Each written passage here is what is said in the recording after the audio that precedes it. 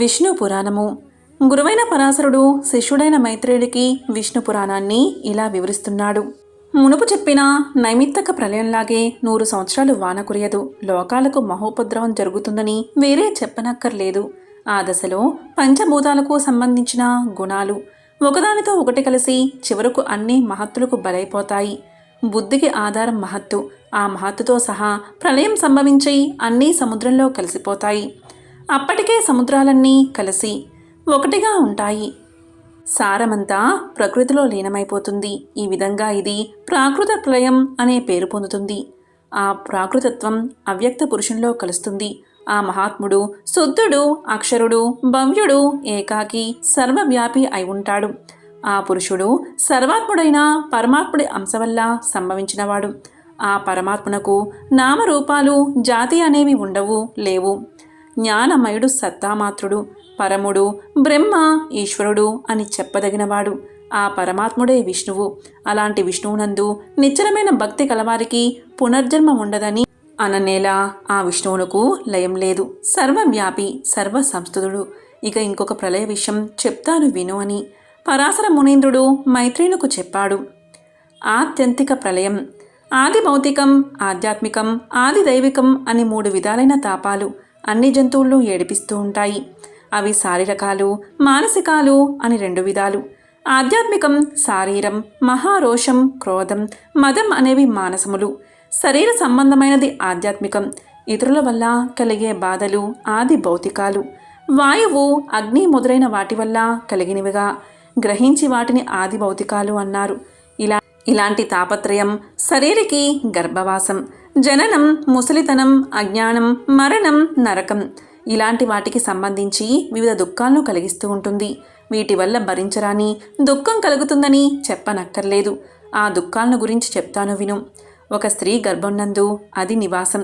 అది ఎలాంటిదో చెప్తాను ముందు. మలమధ్యను మావితో పుట్టి మిక్కిలి వంకరగా వీపు, గుండె, కంఠం కలిసి ఆ తల్లి కడుపులో అణిగి ఉంటుందా శిశువు. చేతిలో కాళ్ళు కూడగట్టుకుని ఆ శరీరాన్ని చుట్టుకుని ఉంటాయి.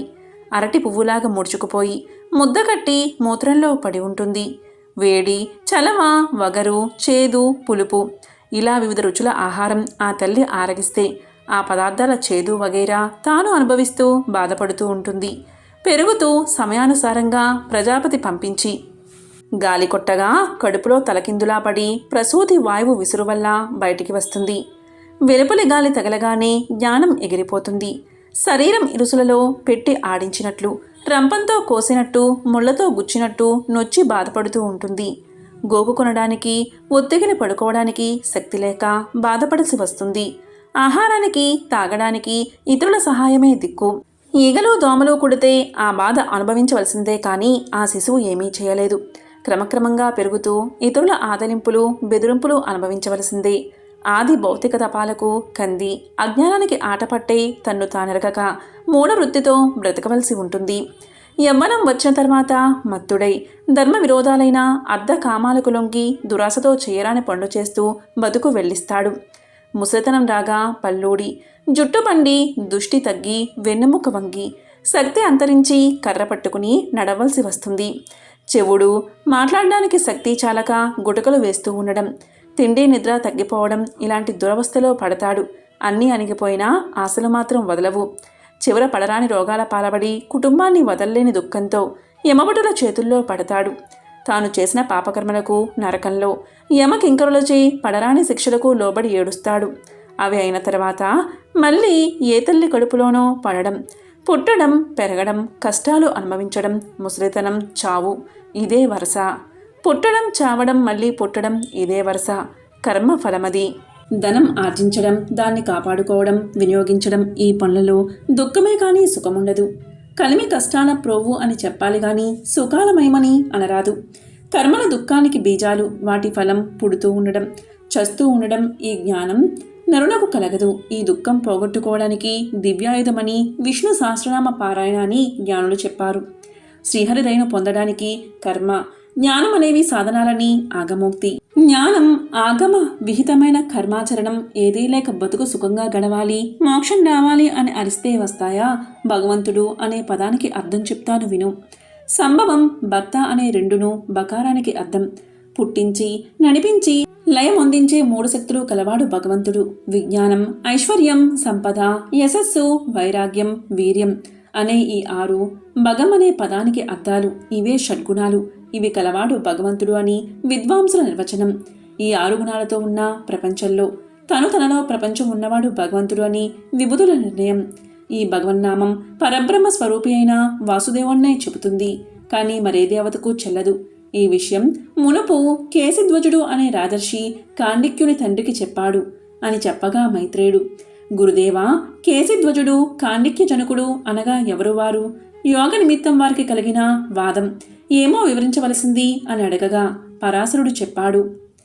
జనకుని వంశీయుడు అమితధ్వజుడు, అతనికి కాండిక్యుడు, కృతధ్వజుడు అనే ఇద్దరు కొడుకులు. తండ్రి తర్వాత వారిద్దరూ రాజ్యం సమంగా పంచుకుని అనుభవిస్తూ ఉండగా కృతధ్వజుని కొడుకు కేశిధ్వజుడు తపోధనుడు, ఆత్మవిద్యా పరాయణుడు, బల పరాక్రమశాలి అయ్యి ఈ సంసారాన్ని అవిద్య వల్ల తరిస్తాను అని తండ్రి తర్వాత రాజ్యమేలుతూ భోగాలు అనుభవిస్తూ ఉన్నాడు.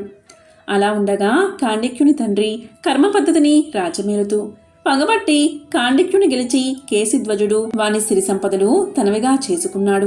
చేసేది లేక కాండిక్యుడు నగరం విడిచి మంత్రులు తాను అరణ్యవాసి అయిపోయాడు. కేశిధ్వజుడే సర్వరాజ్యాధిపతి అయ్యాడు. ఆ కేశిధ్వజుడు ఒకనాడు ఒక యజ్ఞం చెయ్యగా ఆ యజ్ఞానికి సంబంధించిన ఆవు పక్కనున్న అడవిలో ఒక పులినోట పడిపోయింది. అది తెలిసి రాజు చింతామగ్నుడు అయ్యాడు. ఆ దోషానికి ప్రాయశ్చిత్తం ఏమని ఋత్వికులను అడగా మాకు తెలియదు. కశరుడు అనే జ్ఞాని ఉన్నాడు, అతన్ని అడగమన్నాడు.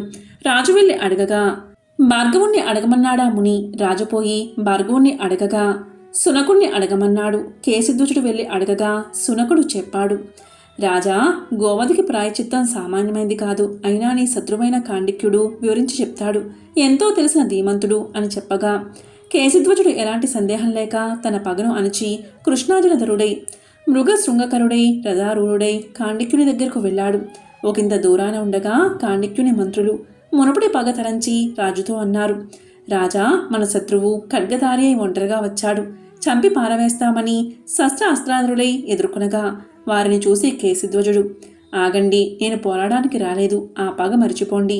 నేను చేసిన యజ్ఞానికి సంబంధించిన ఆవు పులిచే చచ్చింది. సునక మహాముని చెప్పిన చొప్పున కాండిక్యుని వల్ల తెలుసుకోవాలని వచ్చాను అని అనగా మంత్రులు, చాలించు నీ ఉపన్యాసం. ఏదో నెపంతో మాట్లాడుతున్నావు. యజ్ఞం, గోహత్య, ధర్మాలను శత్రువు ఒంటరిగా కనిపిస్తే చంపవచ్చని రాజనీతి అని ఆక్షేపించారు. అప్పుడు కాండిక్యుడు మంత్రులకు బోధించి తొందరపడి దోషం చేస్తే దానివల్ల వచ్చే సుఖం అల్పం. దానికోసం పుణ్యలోక సుఖాన్ని బుద్ధిమంతుడు వదులుకోడు. అదీ కాక తగిన తోడు లేక వచ్చిన శత్రువును పట్టి చంపడం ధర్మవిరుద్ధం, పాపానికి దీపం కాగా కేశిధ్వజుడు మంచి చెడ్డలో తెలిసినవాడే.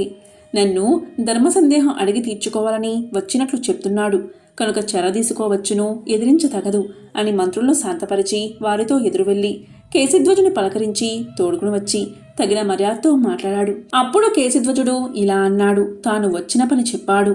దానికి ప్రాయశ్చిత్త విధి తెలపమని కోరాడు. ఈ విధంగా గురువైన పరాశరుడు శిష్యుడైన మైత్రేయుడికి విష్ణు పురాణాన్ని వివరిస్తున్నాడు. ఓం నమో నారాయణాయ.